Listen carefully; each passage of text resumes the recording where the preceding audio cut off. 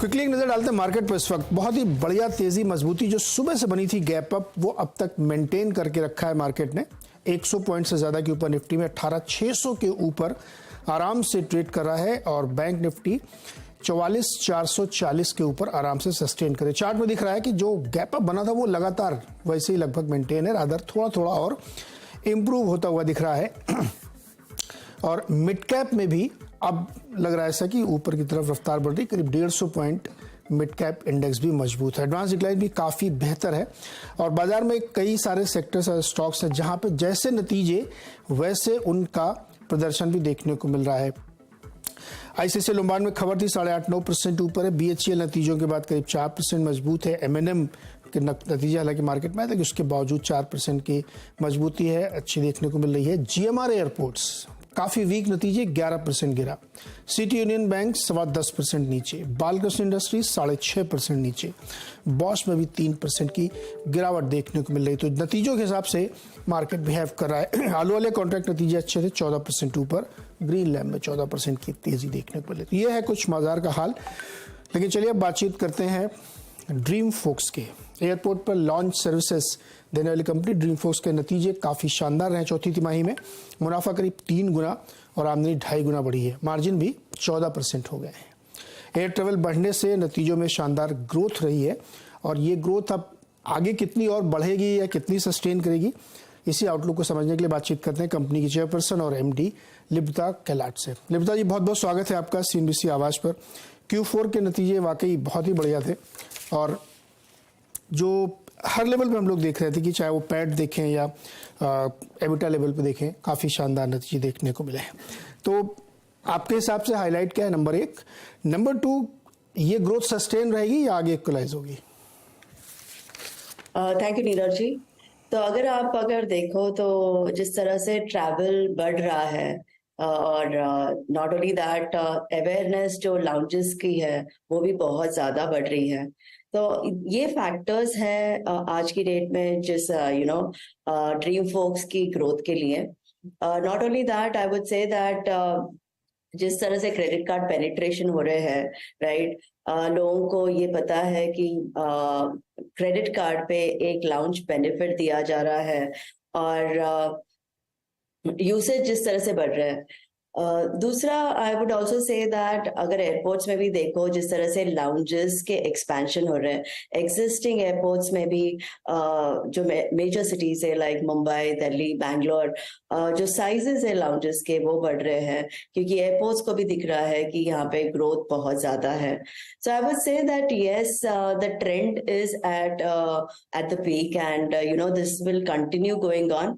And the driving factors, which is basically the airport traffic and the credit card penetration, ये दोनों ही growth के सीमा पे है। So I would say that these are the growing factors for Dream Folks. So we see that it would be the same thing, and I would say the outlook is also very promising in coming years as well. Lipta ma'am, मुझे 2 चीज समझाइए। एक तो अभी मैं growth पे समझूंगा, लेकिन दूसरी चीज ये है कि क्रेडिट कार्ड और लाउंज के बीच में आपका काम है ना? वो जो फूड सर्विसेज देते हैं और क्रेडिट कार्ड से लोग पे करते हैं, क्रेडिट कार्ड वाले आपको पे करते हैं, फिर आप लाउंज को पे करते हैं। अब चूंकि इसमें मुझे ये बताइए, वॉल्यूम ग्रोथ से ही आपको ग्रोथ मिल रही है या इसके बीच में रियलाइजेशन आपका बढ़ रहा है? क्रेडिट कार्ड वालों से आप ज्यादा ले रहे हैं, फूड वाले को कम दे रहे हैं, या फूड वाले से भी कैसे? ये समझाइए कि ग्रोथ का पैरामीटर क्या है, वॉल्यूम है या रियलाइजेशन है? I would say it's completely on the volume, क्योंकि ऑब्वियसली क्रेडिट कार्ड पेनिट्रेशन तो बढ़ रहा है, लेकिन जो यूसेज है, तो पहले क्या था कि अवेयरनेस इतनी नहीं थी कि कार्ड पे एक बेनिफिट है लाउंज का।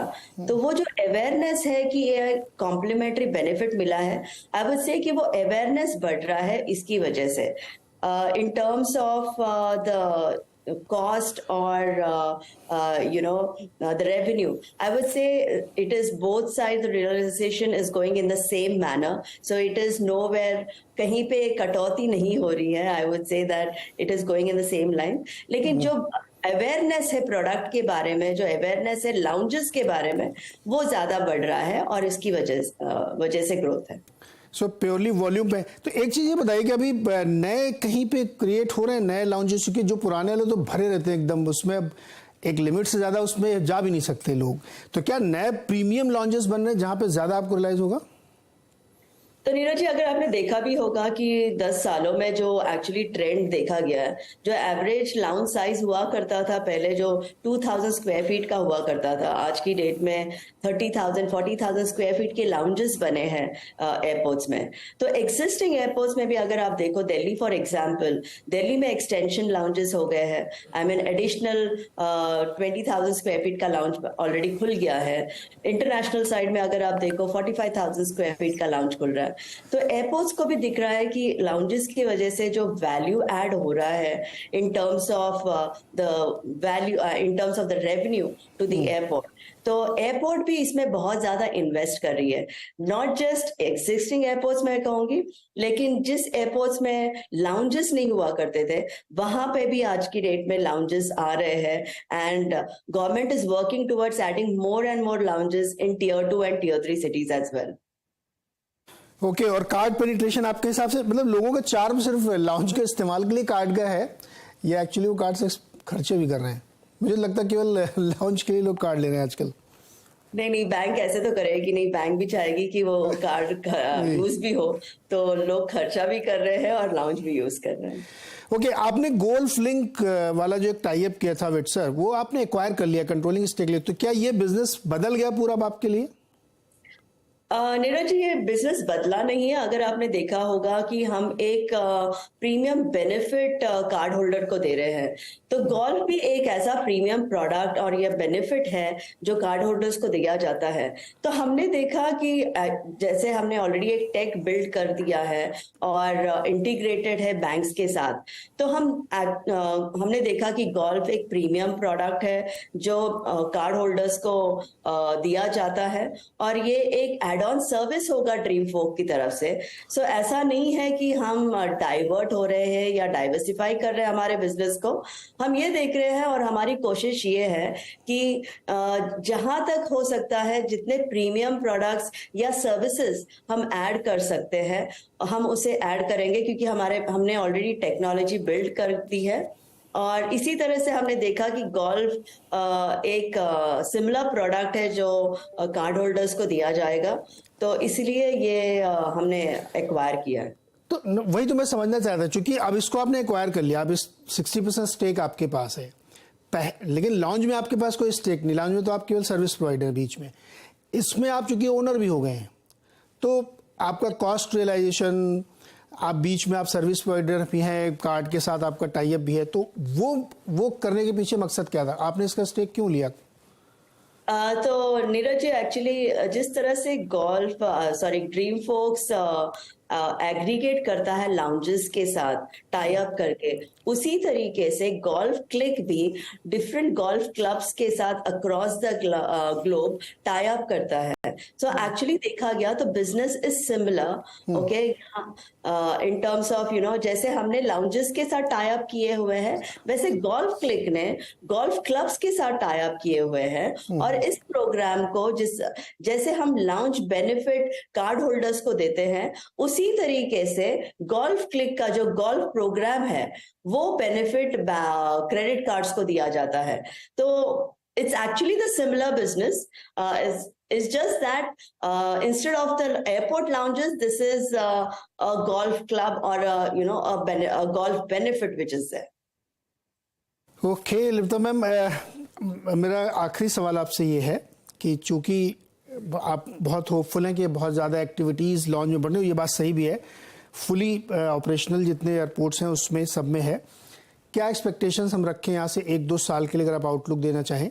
क्योंकि बहुत जगहों पे जो छोटे छोटे एयरपोर्ट्स हैं वहाँ पे लॉन्च ऑपरेशनल करने की कोशिश की जा रही, कितना होगा कहा नहीं जा सकता, तो उसको देखते हुए आपका आउटलुक क्या है? तो नीरज जी, एक्चुअली अगर आप देखो कि ड्रीम फोक्स की तरफ से सिर्फ हम लाउंज पे फोकस नहीं कर रहे हैं, हमने दूसरे सर्विसेज भी ऐड किए हैं, जैसे meet and assist, airport transfer, F&B, spas, transit hotels, अभी हमने गोल्फ भी ऐड किया हुआ है। वैसे डिफरेंट सर्विसेज है जो एक बेनिफिट की तरह क्रेडिट कार्ड होल्डर्स को दिया जाएगा। और ड्रीम फोक्स का फोकस अभी सिर्फ बैंक्स या नेटवर्क प्रोवाइडर्स नहीं है, हम कॉर्पोरेट्स में भी हमने टाई अप शुरू कर दिए हैं, तो कॉर्पोरेट्स एक दूसरा सेगमेंट होगा। और इन टर्म्स ऑफ एयरपोर्ट लाउंजेस या साइजेस की बात किया जाए तो आपने देखा होगा कि लाउंजेस बढ़ रहे हैं, not just in metro cities लेकिन टियर 2 और टियर 3 में भी। तो अगर इन टर्म्स ऑफ द ट्रैवलर्स अगर देखा गया तो आई वुड से कि जो आउटलुक देखा गया है in terms of airport traffic passenger, that is actually grown by 60% and further the expectation is that it would grow in the similar lines. So I would say that जैसे ये driving factors है हमारे business के लिए, so I would say that in the same lines the business would be growing for next 2 to 3 years as well. Lipsa ma'am, corporate type किस तरह के कर रही हैं आप जो बता रही हैं? फॉर एग्जाम्पल अगर आपने देखा होगा कि वोडाफोन भी एक हमारा कस्टमर है, जहां पे वोडाफोन रेडेक्स कस्टमर्स को भी लाउंज बेनिफिट दिया जाता है। तो अगर आप वोडाफोन रेडेक्स के मेंबर हो तो आपको ना कि सिर्फ इंडिया के लाउंजेस बल्कि ग्लोबल लाउंजेस भी कॉम्प्लीमेंट्री मिलते हैं। इसी तरीके से हमने और भी दूसरे कॉर्पोरेट्स के साथ टाई अप कर रहे हैं जो पाइपलाइन में है, तो वो भी अभी अपने कस्टमर्स को इस तरीके से बेनिफिट दे देंगे। ओके, मतलब एयरपोर्ट जाएंगे तो आप किसी न किसी रूप में ड्रीम फोक्स की सर्विस लेंगे। बहुत बहुत शुक्रिया मैम, बहुत शुक्रिया और best wishes for the next quarter and year. Thank you so much. DreamFolks एक बड़ा यूनिक बिजनेस है और लिस्टिंग के बाद से स्टॉक ने बेहतर प्रदर्शन दिखाया और नंबर्स वाकई बहुत अच्छे हैं किसी फ्रंट में अगर आप देखेंगे तो। छोटा सा एक ब्रेक लेते हैं, ब्रेक के बाद एक विशेष खबर आपको जीएसटी की जो हमने जिक्र किया था कि जीएसटी के रडार पर अब रियल एस्टेट की कंपनियां भी आई हैं जहां पे कुछ गड़बड़ी के मामले सामने आए। ब्रेक के बाद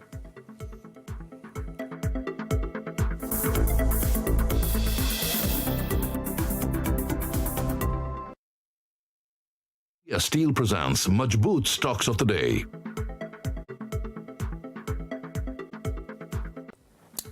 स्वागत एक बार फिर से आपका। और फार्मा और इंश्योरेंस कंपनियों के बाद अब रियल एस्टेट सेक्टर पर जीएसटी विभाग की गाज गिर सकती है। सूत्रों के मुताबिक देश के कई राज्यों से करीब 750 करोड़ रुपए की जीएसटी चोरी का खुलासा हुआ है।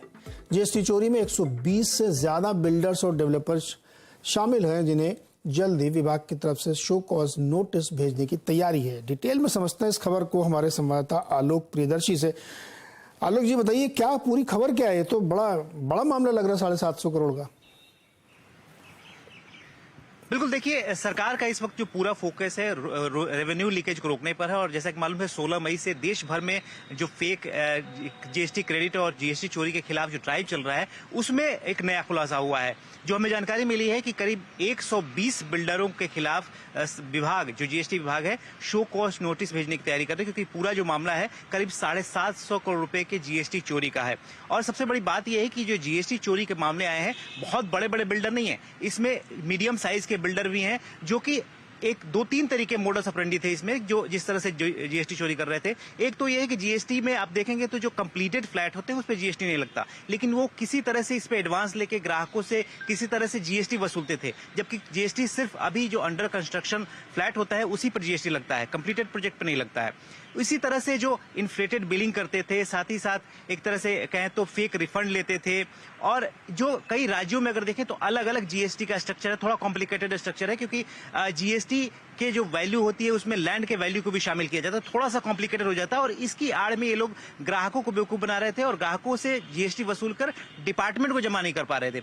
और ये जो पूरा पता चला है, ये जो जब पूरी जो डेटा एनालिटिक्स डिपार्टमेंट करता है और खंगालता है, इनकम और रिटर्न का मैचिंग करता है, उसमें ये सब पता चला है कि ये तो पैसे तो वसूले जा रहे हैं लेकिन ये जीएसटी के खाते में बिल्कुल नहीं आ रहे हैं। तो ऐसे तमाम बिल्डर जो 120 के करीब हैं उनको शो कॉज नोटिस भेजने की तैयारी जो है विभाग कर रहा है।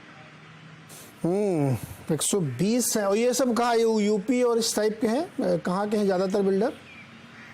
बिल्कुल, देखिए इसमें जो ऐसे राज्य फोकस में आए हैं जो पहले रडार पर नहीं रहते थे, हालांकि यूपी जैसे राज्य तो पहले से थे, लेकिन इसमें राजस्थान है, केरला है, बिहार है, ऐसे राज्य हैं जहां पर और ये सब मामले सामने आए हैं। रियल एस्टेट सेक्टर कहे तो इधर तो बहुत ज्यादा एक तरह से सैचुरेटेड हो चुका है, यहाँ पर सारे बड़े बड़े बिल्डर हैं, उन पर लगातार नजर रहती है विभाग की। लेकिन ये जो नए इलाके डेवलप हो रहे हैं और बड़ी तेजी से यहाँ पर एक तरह से कहें कंस्ट्रक्शन पोस्ट कोविड शुरू हुआ है, वहां पर अब जो नए नए बिल्डर आए हैं वो इस तरह के घपलेबाजी और जो इस तरह से टैक्स की इवेजन बहुत बड़े पैमाने पर कर रहे हैं। तो कुल मिलाकर अब जो पूरे देश भर में ड्राइव चल रहा है, तो लिहाजा हर जगह हर राज्य से जो रजिस्ट्री के आंकड़े आते हैं, वो आंकड़े, इनकम के आंकड़े, जीएसटी में कितना भरे, उसका रिटर्न कितना दिया, ये सब आंकड़े जब मैचिंग हो रही है एक साथ मिलकर, क्योंकि इसमें पूरे राज्य के, पूरे देश के जितने भी राज्य हैं उनके बड़े बड़े अधिकारी जीएसटी शामिल है, तो सभी तरफ से जब डेटा आ रहे हैं, उस डेटा में ये सब चीजें निकलकर सामने आ रही है।